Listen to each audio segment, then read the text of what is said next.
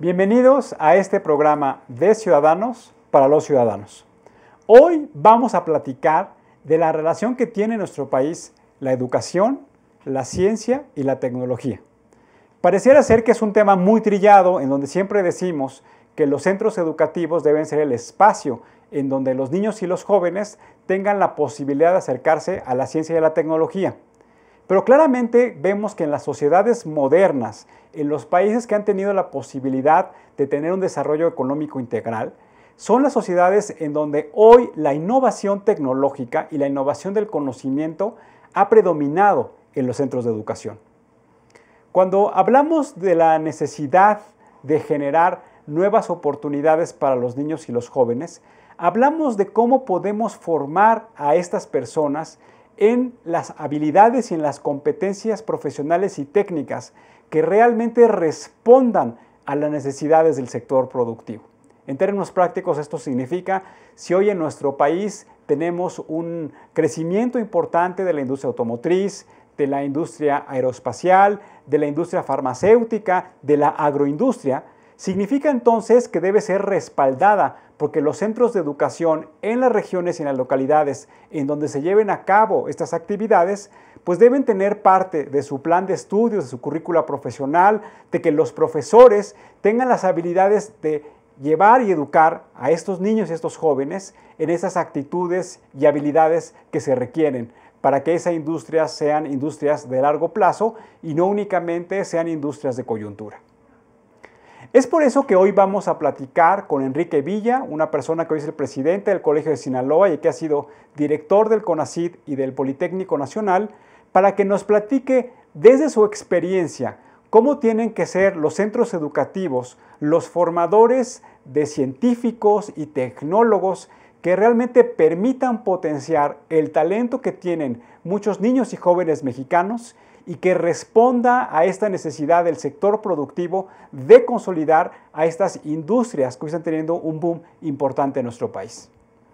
Para ello fuimos a preguntarles a ciudadanos como tú y como yo si conocen a algún científico, si consideran que la tecnología tiene un impacto importante en la vida cotidiana y si consideran cómo las escuelas deben incentivar y deben promover que los niños y los jóvenes se acerquen a la tecnología y a la ciencia.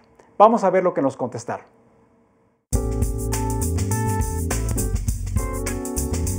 Yo creo que demasiado, porque los tiempos han cambiado y creo que el desarrollo científico nos ha ayudado tanto a la sociedad como a nosotros, y más porque, bueno, en mi caso, al estudiar, yo creo que es importante porque solamente con un clip ya tengo toda la información que necesito.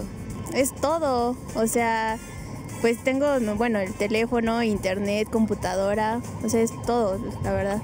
Bueno, como tal, primero que tienes más acceso hacia lo que son nuevas tecnologías para la medicina, obviamente de telecomunicaciones, en general todo ese tipo de cosas. Pues es muy importante porque pues se desarrollan como vacunas, implementan nuevas formas de ahorrar energía, de cómo comunicarnos, cómo vivir mejor, supongo.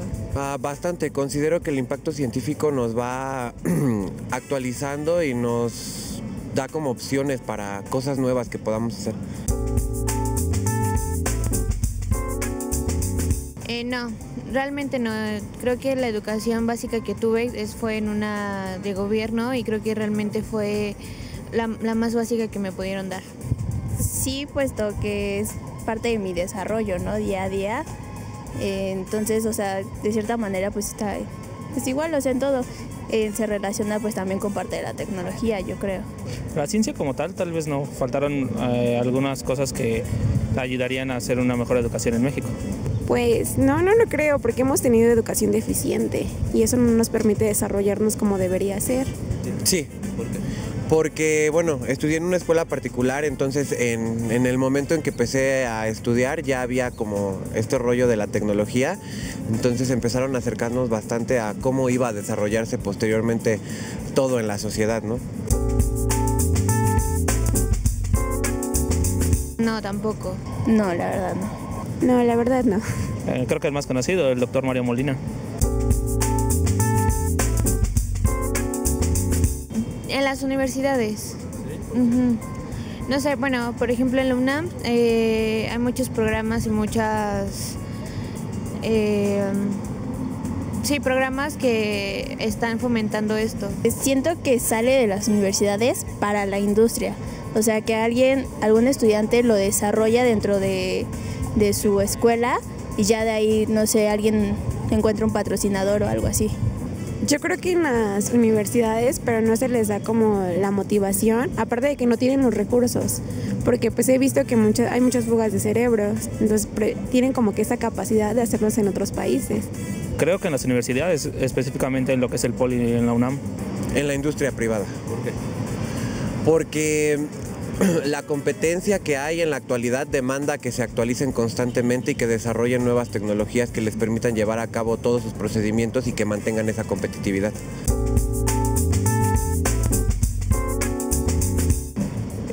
Por lo menos en México creo yo que no influye como debería. Sí lo hace, pero no a la escala que se supone que debería de hacerlo. Sí, por supuesto. Porque actualmente lo estamos viendo, o sea, México es uno de los países que está potencializándose en esa cuestión, entonces la gente que no se está actualizando dentro de toda esta tecnología no está como englobándose a todo este avance que estamos teniendo. Que igual en las escuelas lo pusieran, que le pusieran más atención y le pusieran como una materia básica. Yo creo que mejores profesores, o sea, que estuvieran más preparados para que encontrara como que el alumno la motivación al desarrollo de esto. Que haya mejores profesores, que tengan como que los materiales, las instalaciones, los estudiantes para poderse desarrollar mejor. Mayor inversión hacia los proyectos. ¿Por qué? Porque muchos científicos mexicanos como tal tienen grandes proyectos que podrían renovar a la humanidad como tal, pero no consiguen el financiamiento adecuado. Menos burocracia, caray. Yo creo que es lo que propondría, o sea, realmente el gobierno tiene que darse la oportunidad de darnos más y de enseñarnos más y de no limitarnos en esa cuestión.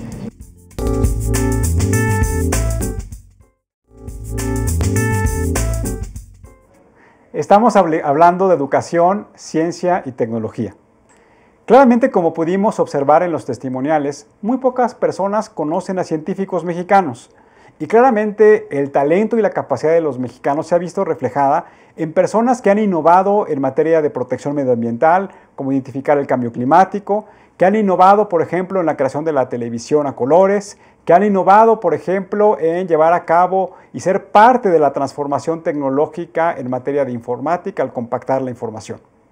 Cuando hablamos de ciencia y tecnología, tenemos que hablar de la capacidad que tenemos como país de poder a cabo de generar patentes. Hoy, una de las características para poder identificar si un país es altamente desarrollado es con el número de patentes que se tiene. Para estos temas hemos invitado, como todos los días, a Alfonso Rodríguez. Alfonso, buenas noches. ¿Cómo estás, Tulio? Muy buenas noches. Para que platiquemos un poco de esta vinculación de la educación, la ciencia y la tecnología. Alfonso, ¿qué nos puedes platicar el día de hoy? Pues mira, hoy vamos a platicar acerca de la encuesta sobre la percepción de ciencia y tecnología que hace el CONACYT y el INEGI. Y para la primera gráfica vamos a hablar de cuáles son las profesiones que la gente trae en la cabeza. Por ejemplo, tú cuando eras niño y te preguntaban tus papás qué querías estudiar, ¿qué les contestabas? Pues yo quería ser abogado de chiquito. Y pues hoy soy politólogo. Mucha gente confunde la ciencia política con el derecho y hay que aclararles ahí, es una larga plática, pero pues bueno, no me desvié tanto. ¿Qué nos puedes platicar con esta primera gráfica, Alfonso? Bueno, la primera gráfica es, vemos en el punto número 1 que es los bomberos, es la parte que las personas como que tienen más en la cabeza, tienen mayor percepción de respetabilidad. El segundo es la enfermera. El tercero es el médico, y llama la atención que hasta el lugar número 4 está el investigador científico con el 27, casi el 30%. Aquí llama la atención porque por eso te hacía la pregunta, porque cuando le preguntas a los niños, muchos quieren ser bomberos, por este sentido de valentía y de ayudar a los demás, pero también llama la atención lo que se ha denominado como la bandera blanca, es decir, los que se dedican a cuidar la salud de las personas, pues siempre están en el primero o segundo segmento de ser la profesión más respetable. Es correcto. Luego en quinto lugar están los deportistas y llama la atención, como platicamos hace rato, de los últimos está el abogado, el banquero, el artista, que también podrías pensar que sería de los más populares, pero pues no. Entonces tenemos en cuarto lugar. Y también llama la atención el periodista y el hombre de negocios. Y entonces, pues esto lo que nos llama la atención es la confianza que existe, la percepción de la confianza de la sociedad sobre las profesiones, que tiene que ver también con el desempeño, con los resultados que presentan esos profesionistas. Sí, es correcto. Y por ejemplo, el ingeniero yo lo podría considerar como un científico y está casi en el 17% de percepción. Interesante gráfica, Alfonso. Vamos a ver la siguiente, por favor. La siguiente habla sobre los temas de investigación científica y qué papel juega el desarrollo en la industria, por ejemplo. Y entonces tenemos ¿Qué papel juega más bien la ciencia y la tecnología en el desarrollo de nuestro país? Es correcto. Entonces tenemos que de acuerdo, tenemos a la mayoría con el 84%, en desacuerdo el 7.6% y que no sabe el 8%. Si el gobierno debería, al hacer la pregunta de si el gobierno debería de invertir más en investigación científica, pues tenemos aquí también una cifra que dice que casi el 90% de las personas tienen la percepción de que debería de invertirse más en ciencia y tecnología, un 10% de que no, que está de desacuerdo y casi el 3% de que no sabe. Que si al hacerle la pregunta de si debería de haber más mujeres dedicadas a la investigación científica en nuestro país, pues el 90% está de acuerdo en que debería de haber más mujeres. Yo creo que aquí así hablamos del tema de equidad de género y regresamos a unos temas que son muy comunes, pues estaríamos totalmente de acuerdo en que debería de haber mayor participación no solo en el tema científico, sino en todos los temas. Claramente hay un consenso en nuestro país que los recursos públicos deben de estar destinados a la ciencia y la tecnología, y que claramente la ciencia y la tecnología produce y genera innovación, patentes que deben ser en favor de todas las personas, de todos los segmentos de la población, que contribuyan a reducir la brecha de la desigualdad y que generen nuevas oportunidades para los niños y para los jóvenes. Sí, es correcto. O sea, yo creo que la mayor parte de la población, en un porcentaje bastante alto, está de acuerdo en que la ciencia y tecnología es importante para el desarrollo económico de un país. Vamos a ver la siguiente gráfica en donde claramente fuimos a identificar y preguntarle, bueno, no nosotros, sino la encuesta que llevó a cabo el CONACYT y el INEGI, de cuáles consideran son las áreas de especialización y de investigación que tienen que desarrollarse en nuestro país y cuáles consideran que son las áreas más atractivas para las personas. Pues aquí llama la atención que es el medio ambiente, el área en la que la gente tiene mayor percepción de que es la más importante para el desarrollo de la ciencia. En segundo lugar está la medicina, que ahí pues, tiene que ver con todos los temas de salud y de investigación con temas de salud. El tema de las tecnologías de la información y de comunicaciones, que es todo lo que hoy, quizás los niños están como muy inquietos en todo ese tema de cómo se hace un teléfono celular o cómo funcionan las computadoras o cómo se hace la transmisión de datos vía satélite, que es el tema de la internet y las gadgets. Muy poco porcentaje está interesado en el tema de las humanidades, en el tema de la filosofía y la literatura. En el tema de las ciencias sociales también ya reduce el interés de la gente por esos temas, por la genética, por la nanotecnología y la astronomía. Me llama mucho la atención porque cuando vemos los estudios de cuáles son las tendencias en el mundo y dónde hoy los países están invirtiendo de manera significativa, pues claramente lo están haciendo en lo que sería el estudio de la genética y la nanotecnología, en donde lo que plantean estos estudios y estos artículos científicos es que va a haber una revolución en la medicina. Hoy, cuando vamos al doctor, el doctor lo que nos hace es un diagnóstico de cómo estamos en ese momento a través, ya sea de una resonancia magnética, a través de una radiografía o incluso utilizando su estetoscopio o preguntándole a la persona cuáles son los síntomas que tiene de la enfermedad. Pero hoy claramente el uso de la estadística y el uso de los antecedentes genéticos que tiene la persona se van a convertir en los principales elementos que le permitan a los doctores poder dar un mejor diagnóstico, pero sobre todo poder formular soluciones distintas a enfrentar enfermedades crónicas, enfermedades degenerativas, y que eso conlleve a que realmente la población de todas las sociedades, de todos los países, pues generen una mayor expectativa de vida, pero sobre todo que permita combatir de manera frontal enfermedades que hoy están lastimando a la sociedad, como es el cáncer. Sí, incluso que permita, con el tema del genoma humano, que permita erradicar enfermedades que están claramente establecidas en tu genoma y que te pueden quitar con tan solo quitar un, ¿cómo se llama? Se me fue la palabra. Un gen de las personas. Un gen, exactamente, un gen de las personas. Vamos a ver la siguiente gráfica, Alfonso, en donde lo que nos plantean, y creo que es muy importante, porque cuando le fuimos a preguntar a las personas cuál es su acercamiento con la ciencia, pues la primera pregunta es ¿cómo acercarse a la ciencia? Parece que es algo aburrido. Y en esta gráfica que nos presentas, habla ahí de cuáles son los puntos en donde las personas pueden acercarse a preguntarse el por qué y el qué de las cosas. Exactamente. Aquí pues, llama la atención, la gente lo que más visita son los parques de diversiones. El 49% de las personas va a los parques de diversiones. El zoológico o acuario también representan el 4.2%. 42%, perdón. El museo y la forma de acercarse al arte, el 26.4%. La biblioteca pública, el 24.1%. El teatro, el 22.9%.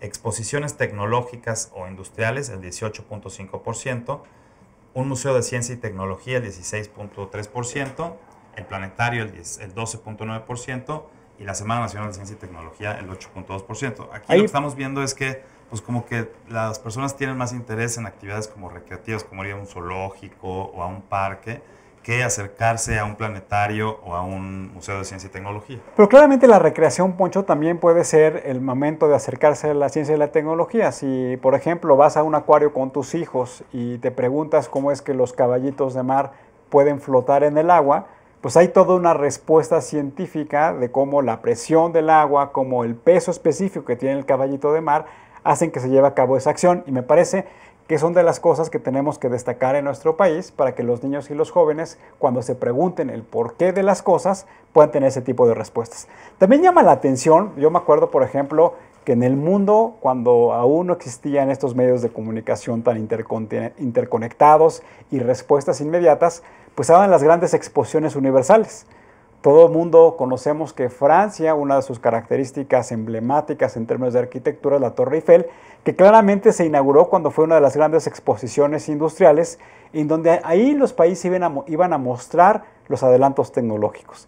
Y pareciera ser que hoy se ha perdido esa posibilidad, pero pareciera también que hay la oportunidad de que a través del uso de las redes sociales y del Internet, pues se pueda divulgar cuáles son los adelantos científicos más importantes con un lenguaje llano y común.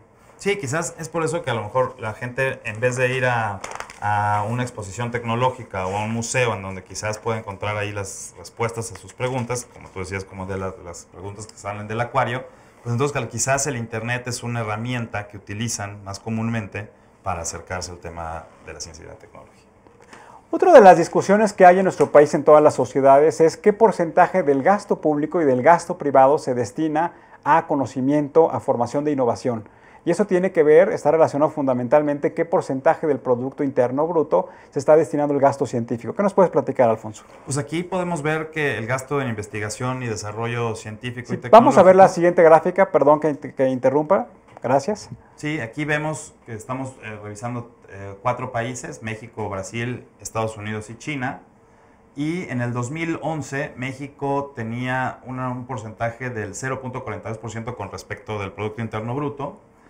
Brasil un 1.14%, Estados Unidos 2.77%, casi 3%, y China un 1.79%. Aquí recordar que una de las mejores prácticas o de las recomendaciones que tiene la OCDE es que sea el 1% del Producto Interno Bruto lo que debería de invertir un país en ciencia y tecnología.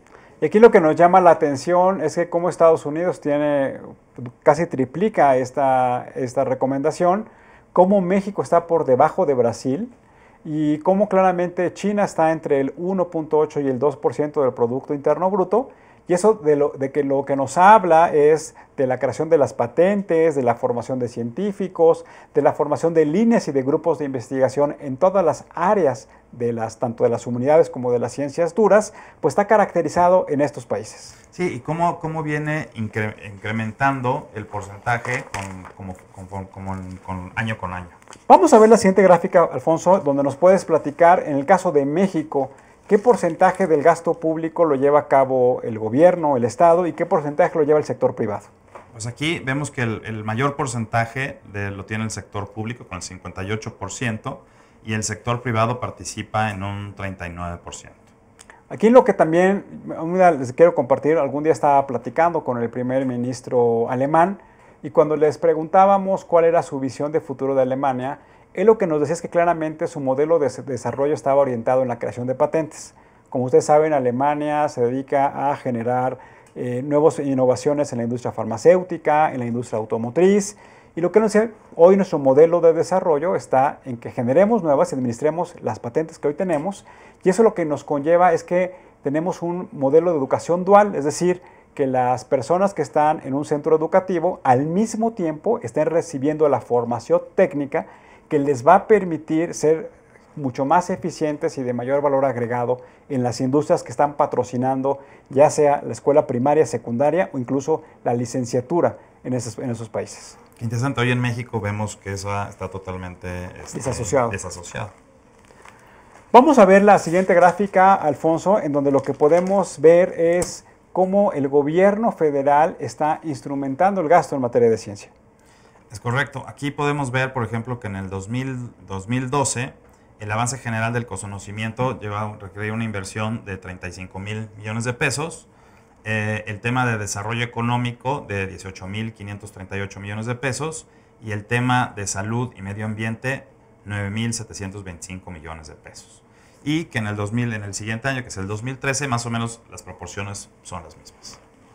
Pero aquí me parece que lo que es muy importante y que debemos quedarnos con esa idea en este programa es cómo, como padres de familia, podemos tener la capacidad de incentivar a que nuestros hijos se estén preguntando el por qué suceden las cosas. Y cuando tenemos esa capacidad de que no solamente, como bien lo mencionaba hace algún momento Alfonso, tenemos la posibilidad de utilizar un iPad o un teléfono inteligente, pues que nos preguntemos es cómo se llegó a la posibilidad de que tú puedas apretar una tecla y te puedas comunicar al otro lado del mundo. O que tengas la posibilidad de prender un botón y que puedas tener una videollamada con una persona que se encuentra en una población muy lejana.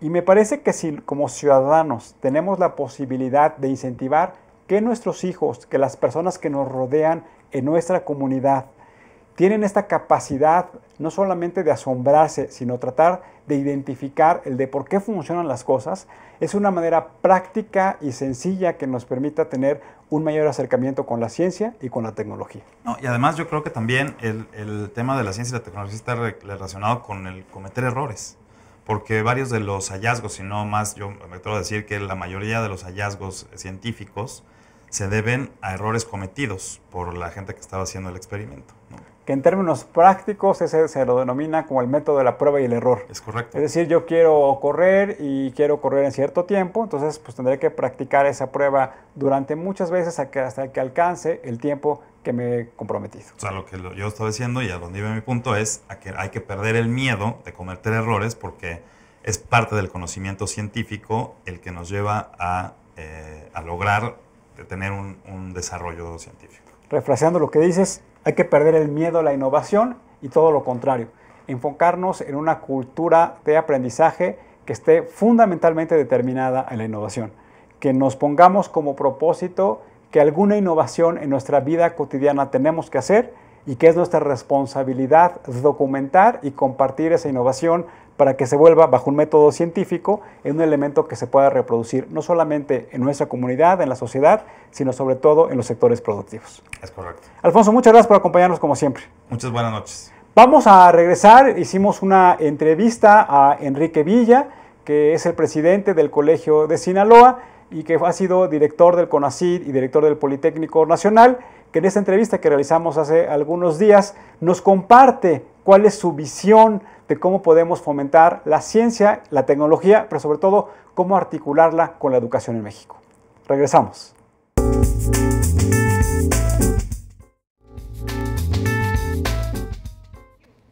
Estamos hablando de educación, ciencia y tecnología en México. Como lo platicamos al inicio del programa, hoy nos acompaña un ciudadano que no solamente ha tenido una actividad académica profunda, sino que también ha tenido la posibilidad de dirigir dos instituciones clave en nuestro país para el desarrollo del estudio, de la ciencia y de la tecnología. El doctor Enrique Villa, que hoy nos acompaña, ha sido director del Politécnico Nacional y director del CONACYT, dos instituciones que hoy son parte de la historia educativa de nuestro país. Enrique, ¿cómo estás? Gracias por acompañarnos. No, muchas gracias, Tulio. Es un gran placer acompañarlos en este programa y pues estoy para servirte. Actualmente Enrique es presidente del Colegio de Sinaloa, que es un tanque pensante que lo que pretende es generar estudios que permitan identificar el desarrollo regional y cómo articular las diferentes zonas productivas del país. Enrique, para iniciar nuestra conversación me gustaría preguntarte, ¿qué significa para ti ser un buen ciudadano? Ay, es una muy buena pregunta. Y es una pregunta que nos hacemos de manera muy sistemática en las instituciones de educación superior. La educación en nuestro país, como primer valor fundamental, debe de ser crear ciudadanía. Crear hombres y mujeres ciudadanos responsables, con conocimientos, por supuesto, para lo que están siendo formados en las propias instituciones de educación superior, pero con valores que les permitan tener un desempeño adecuado en la sociedad en que les ha tocado vivir. Por lo tanto, un buen ciudadano es aquel que practica esos valores. Los valores asociados a la convivencia, a la solidaridad, al compromiso, a la disciplina incluso que debe desarrollarse, ¿no? El buen ciudadano es aquel que siempre está pensando en cómo desempeñarse adecuadamente para que el conjunto de la sociedad siga avanzando. Cuando hablamos de la situación, por ejemplo, económica de nuestro país y la cantidad de personas que habitamos este país, que somos del orden de 121 millones de personas, y vemos que hay alrededor de 45, 46%, es decir, casi la mitad de la población viviendo en condiciones de pobreza, requiere de hombres y mujeres que practiquen la ciudadanía, intentando justamente que esa gran cantidad, imagínate cuántos estadios aztecas se llenarían con más de 40 millones de mexicanos. Wow. Tengan un mejor desarrollo que lo que están teniendo y sobre todo que garantice el desarrollo para las generaciones futuras. Un ciudadano es el que ve justamente también porque haya un mejor desarrollo del conjunto de la sociedad mexicana. Y eso se hace de manera cotidiana. Eso se hace con las... Yo les decía a mis alumnos y a los investigadores, a ver, ¿qué nos toca a cada uno? Y lo que nos toca hacer a cada uno como buenos ciudadanos es las cosas que sabemos hacer bien, con responsabilidad. Las cosas, es decir, si uno trabaja, pues hay que trabajar intensamente las 8 horas que marca el contrato laboral. Si uno investiga, hay que hacer investigación, en este caso con cierta ética. La investigación debe servir para algo, para resolver problemas de la sociedad, por supuesto, además de generar conocimiento universal. Un buen ciudadano es eso, el que practica también ese comportamiento diario que permite no solamente su desenvolvimiento en ese tejido social que es complejo, pero que tiene una visión para que el conjunto de la sociedad siga avanzando. Enrique, hemos hablado al inicio de este programa de cómo se han venido transformando de manera importante las sociedades. Hoy hablamos, hay una discusión académica en donde tenemos una economía del conocimiento y una sociedad de la información.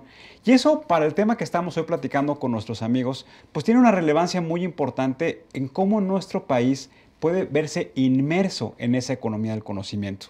¿Tú cómo ves cuál es el estado de situación de México en la generación de conocimiento? Es muy buena pregunta.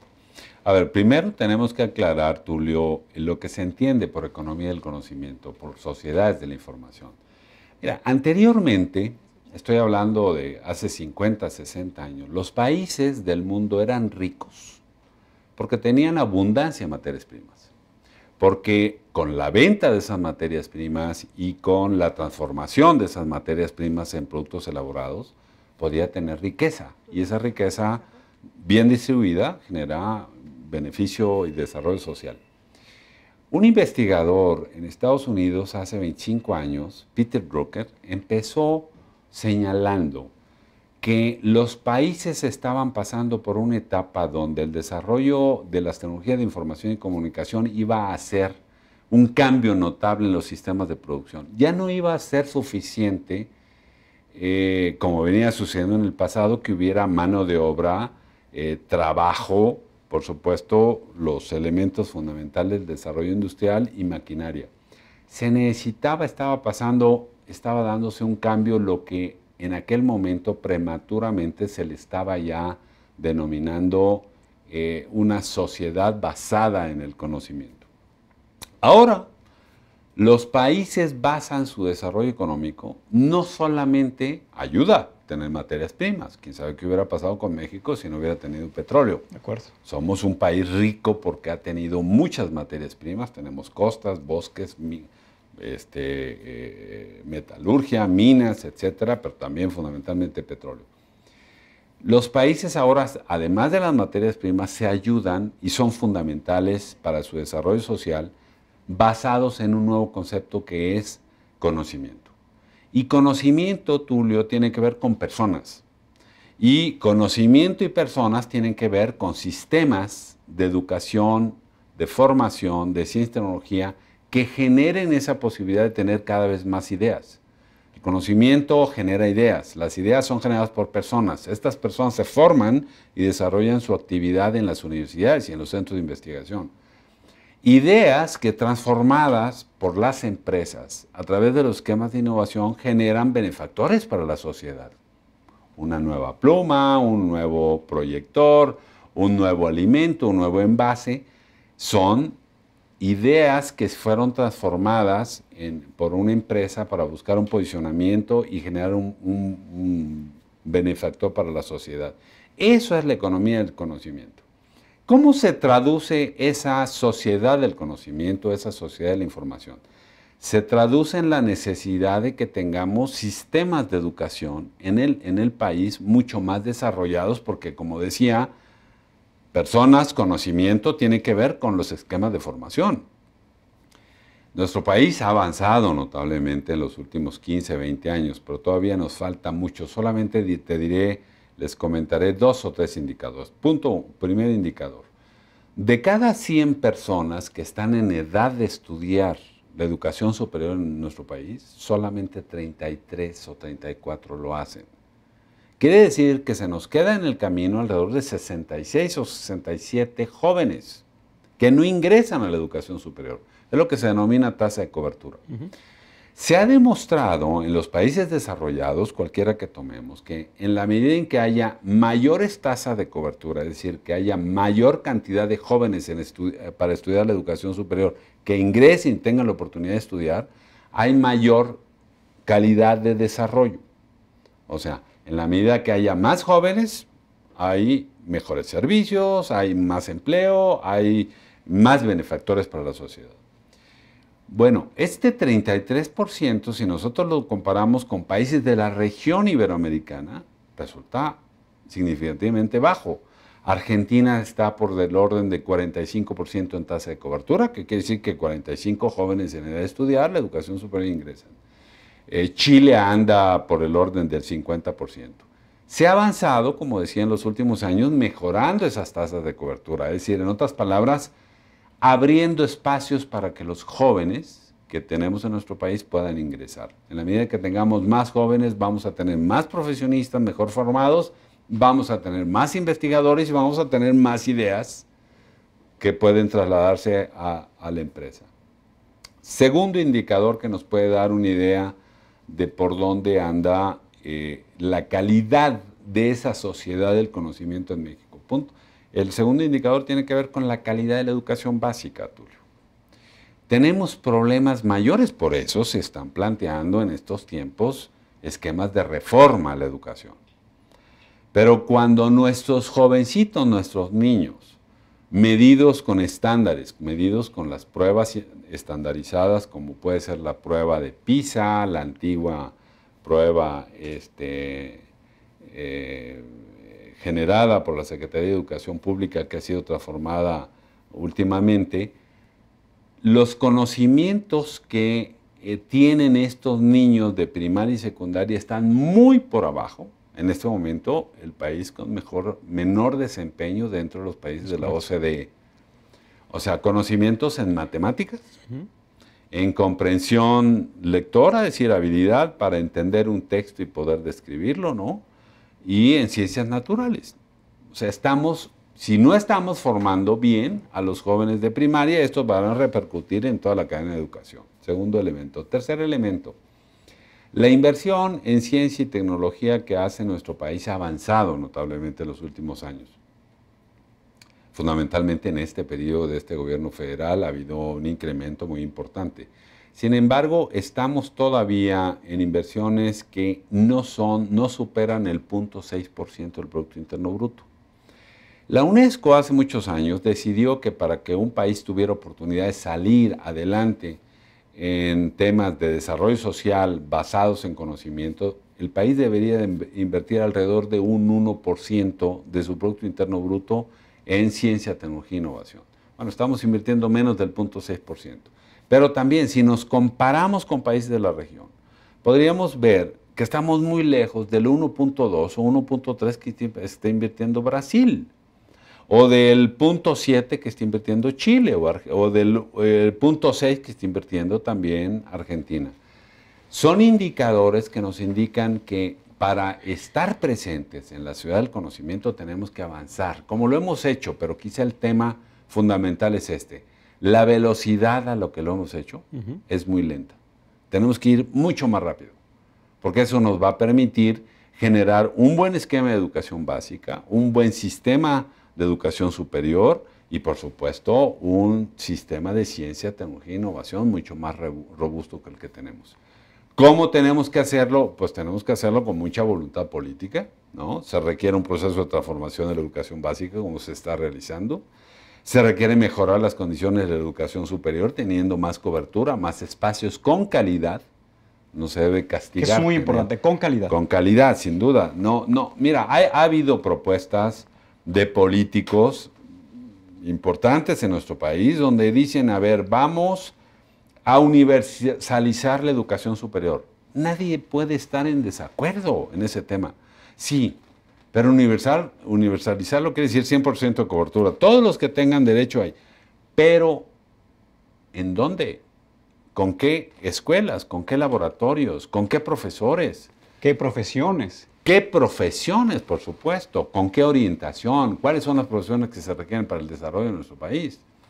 Son fenómenos muy complejos que hay que analizarlos con cuidado. Entonces, sí se requiere, por supuesto, una definición política con claridad meridiana, porque al final de cuentas, si el tema está asociado a que eso se tiene que alimentar con recursos públicos, y los recursos públicos no son suficientes porque limitados. No hay crecimiento económico como debería de estar.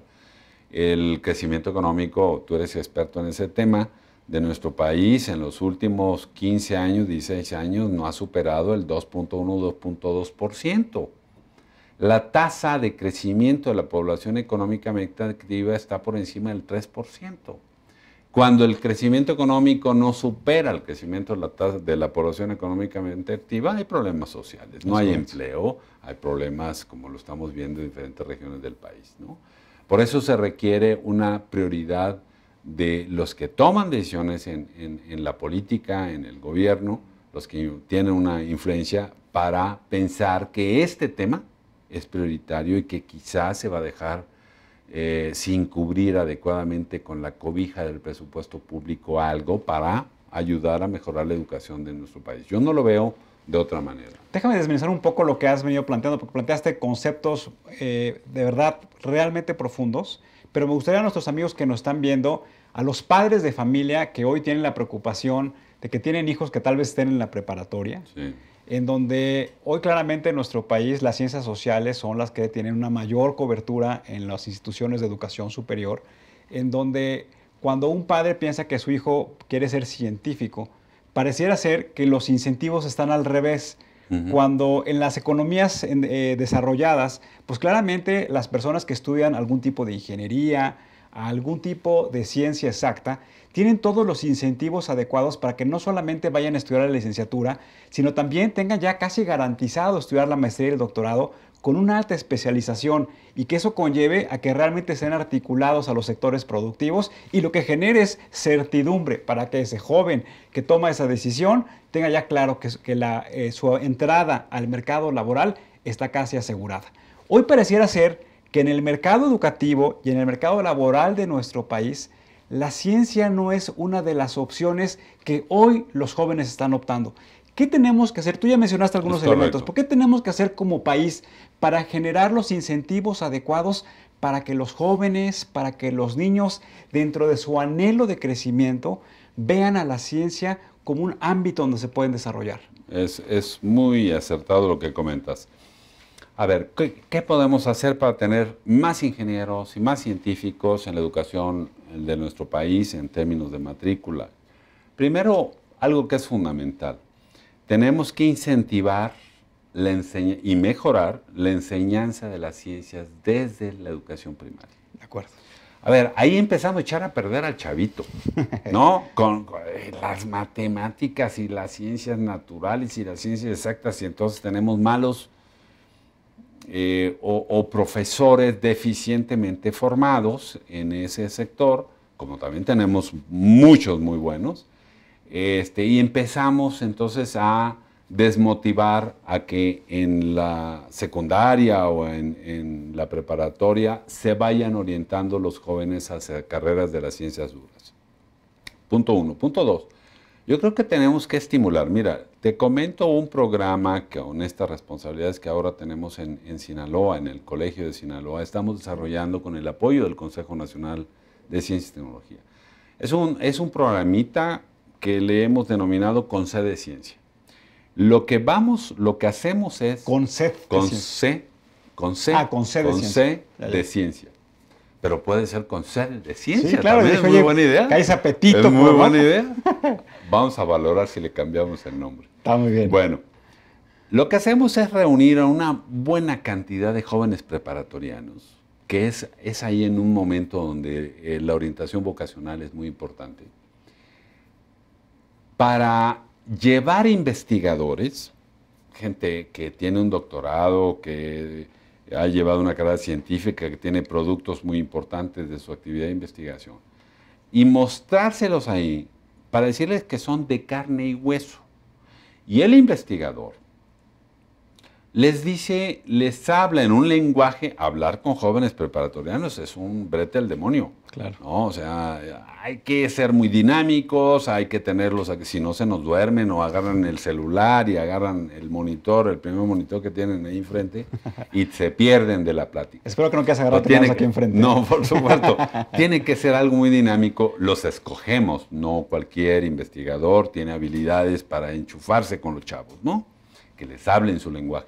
Y les dice, señores, véanme a mí, pues yo era como ustedes, no me gustaban las matemáticas, la física, la biología, y por razones del destino me metí en esto y es apasionante lo que estoy haciendo. Y he tenido estos resultados y estas cosas, etcétera, etcétera.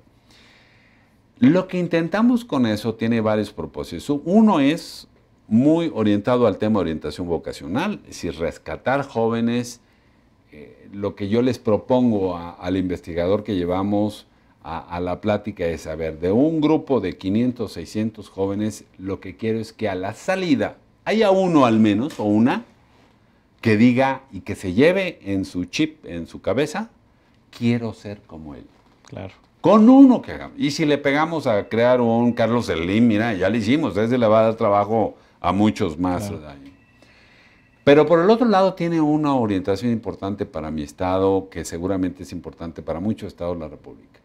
Los jóvenes están viendo la salida fácil para irse a hacer cosas a veces incluso ilegales. Los jóvenes están buscando la salida de la cultura del no esfuerzo, ¿no?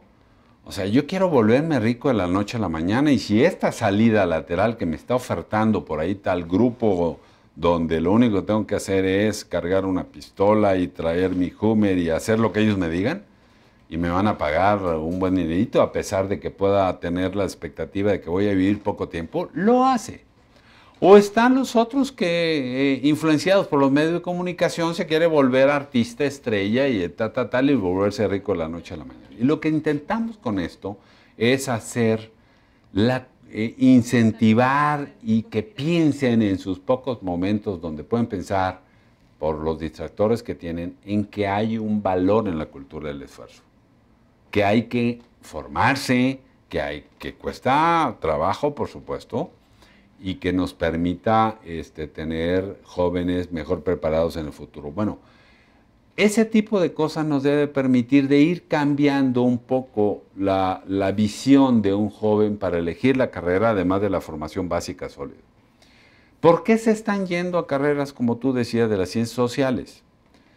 Bueno, por un lado es porque hay muchos, no todos seguramente, pero una buena cantidad que se van porque pues, allá no llevan tanto rigor en las matemáticas, la física, la química, el cómputo, la biología, ¿no? Ahí son otro tipo de... Es una realidad. Es una realidad. Y como dices tú, está comprobado con la prueba PISA. Exactamente. Por el otro lado, hay ciertas carreras de ese bloque de las ciencias sociales y de la administración que permiten que un joven casi entrando a la carrera o en el segundo semestre, pueden tener un espacio para trabajar.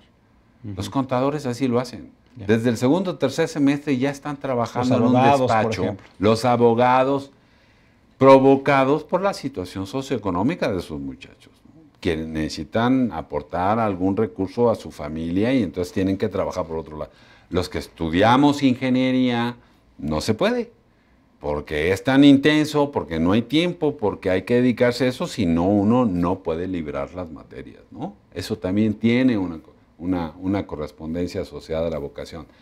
Pero en tercer lugar hay algo que es muy importante señalar. Me parece a mí, tratando de ser también ser autocrítico por las responsabilidades que he tenido, es que no hay un sistema de planeación nacional que incentive el desarrollo de nuevas carreras con los estímulos adecuados para quien las va a tomar, que oriente hacia las profesiones que se requieren en este país. Déjame interrumpirte aquí porque creo que es muy importante.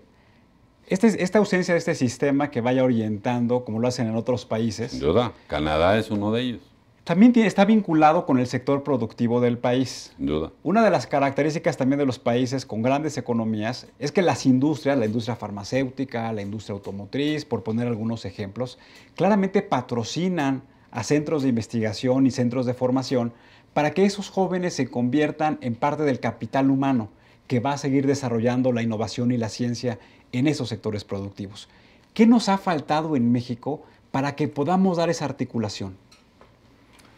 Híjole, a ver, no podemos abordar la respuesta diciendo que no hay vinculación entre quien forma y entre quien recibe esos recursos humanos.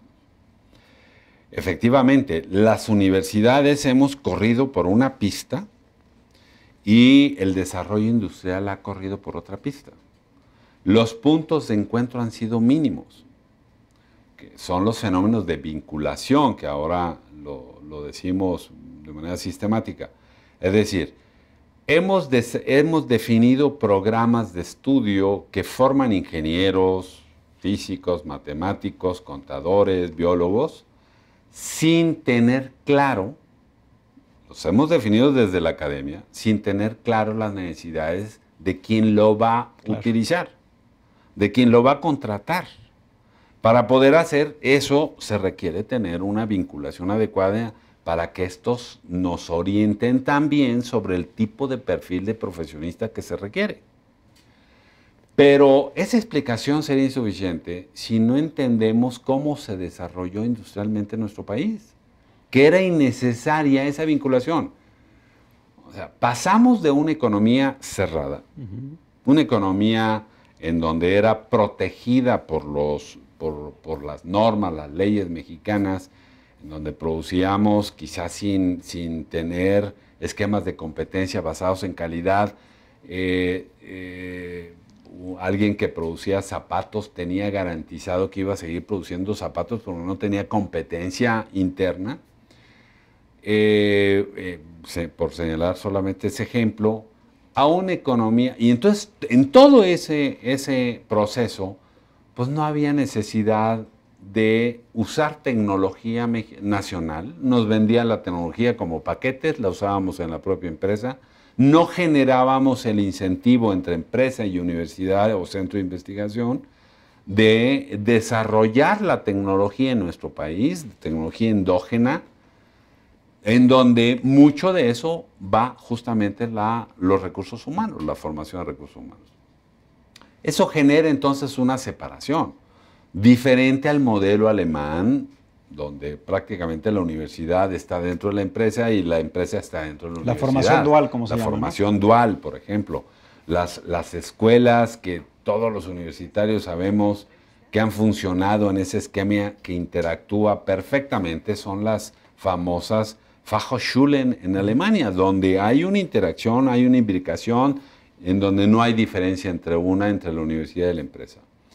Bueno, eso generó, ese principio digamos, de desarrollo o de política de desarrollo industrial en nuestro país no favoreció ese esquema de interacción entre quien forma los recursos y quien los debe usar para poder desarrollar sus propias empresas.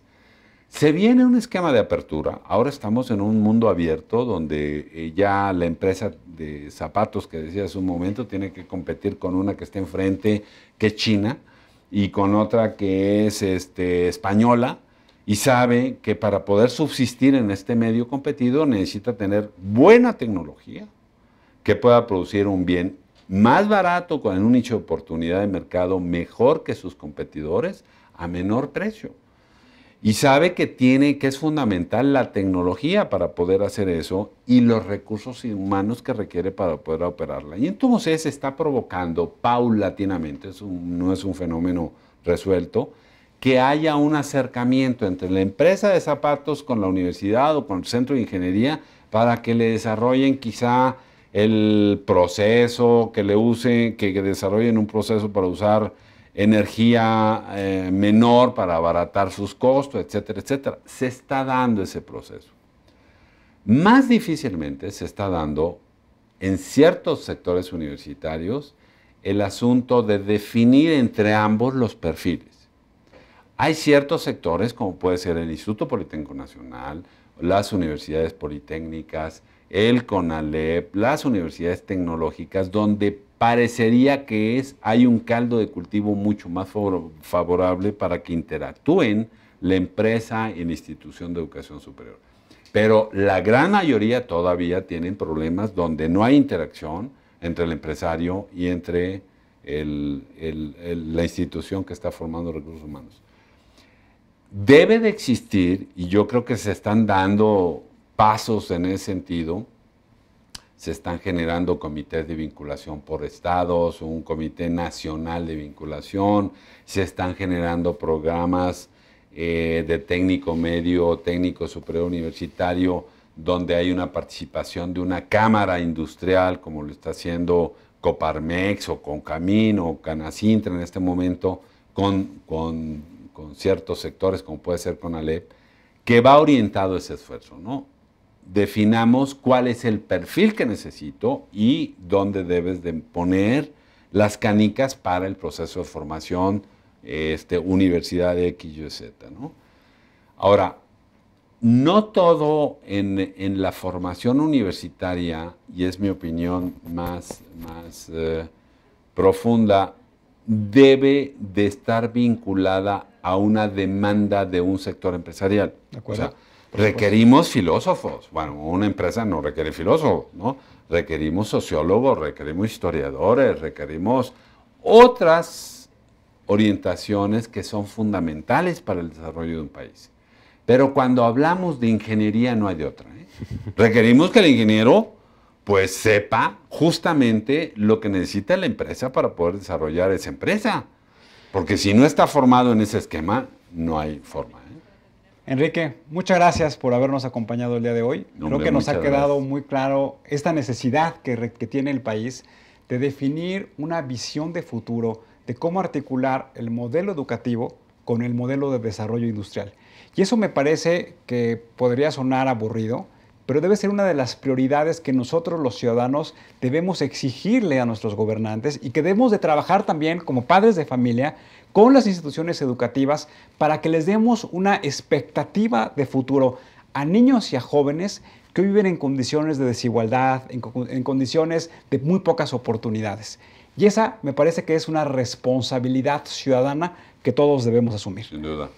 Agradecemos que nos hayan acompañado el día de hoy. Nos vemos en la próxima y recuerden, ante todo, seamos buenos ciudadanos. Nos vemos.